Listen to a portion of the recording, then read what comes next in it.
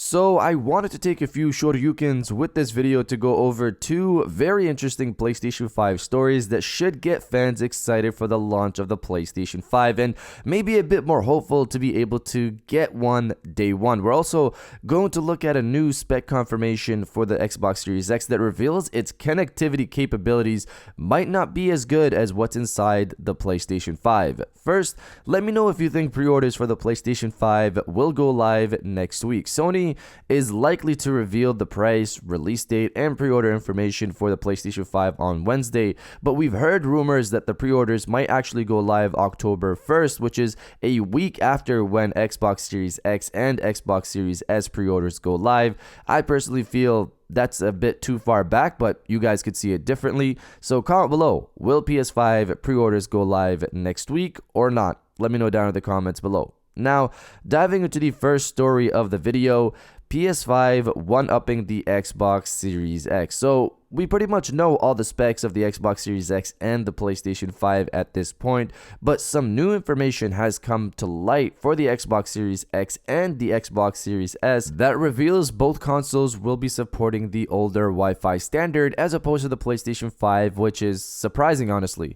Reading from website Gear Nuke, detailed tech specs for the Xbox Series X and Xbox Series S were released earlier today, with us getting the confirmation that both consoles won't have Wi-Fi 6 as rumored. Instead, they'll have Wi-Fi 5 technology from 2014.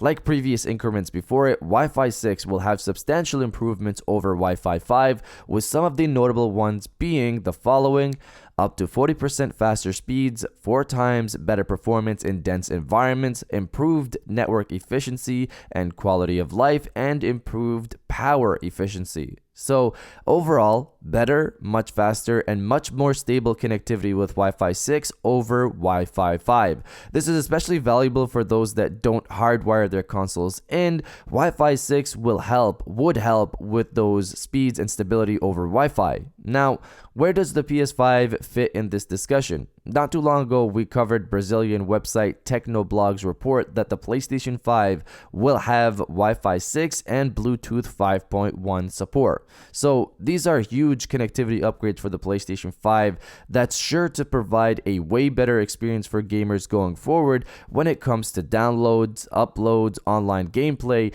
PSVR 2 wireless connectivity could also be the reason for Sony to go with these upgrades as well. All this to really say I was surprised to hear the Xbox Series X won't be supporting Wi-Fi 6 but rather Wi-Fi 5.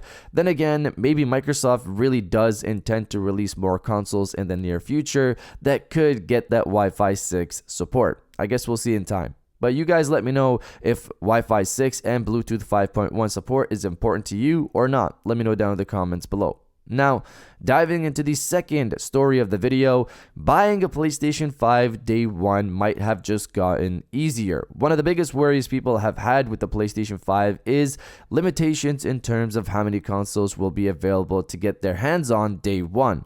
We've heard multiple rumors about the PS5 having limited quantities for launch due to CV and scarcity of parts needed for the console. This also led to reports that the PlayStation 5 will be more expensive than previously thought because of the small quantities of these parts and multiple companies with high demands for them, including Sony. Putting the price to the side because that's something we'll most likely hear about later this week, with rumors more so than ever pegging the PlayStation 5 digital at $399 and the physical at $499, which I personally see the same thing. Again, these were rumors we've been hearing for a while now, but more recently we've heard reports that these are in fact the prices of the PlayStation 5 consoles due to Xbox's pricing structure. But going back to the launch of the PlayStation 5 and its production, we last heard that Sony has doubled down on the amount of the consoles they want made for this year leading to March of next year. They went from 5 to 6 million consoles to 10 million consoles to be produced by the end of December, which is great news for everyone, but what's the latest on this? Apparently, Sony is flying out PS5 to retailers to make sure they have enough for the launch of the console. Reading from website Games Radar, Sony seems to be putting a rush on the first wave of PlayStation 5 shipments in order to meet demand this holiday season.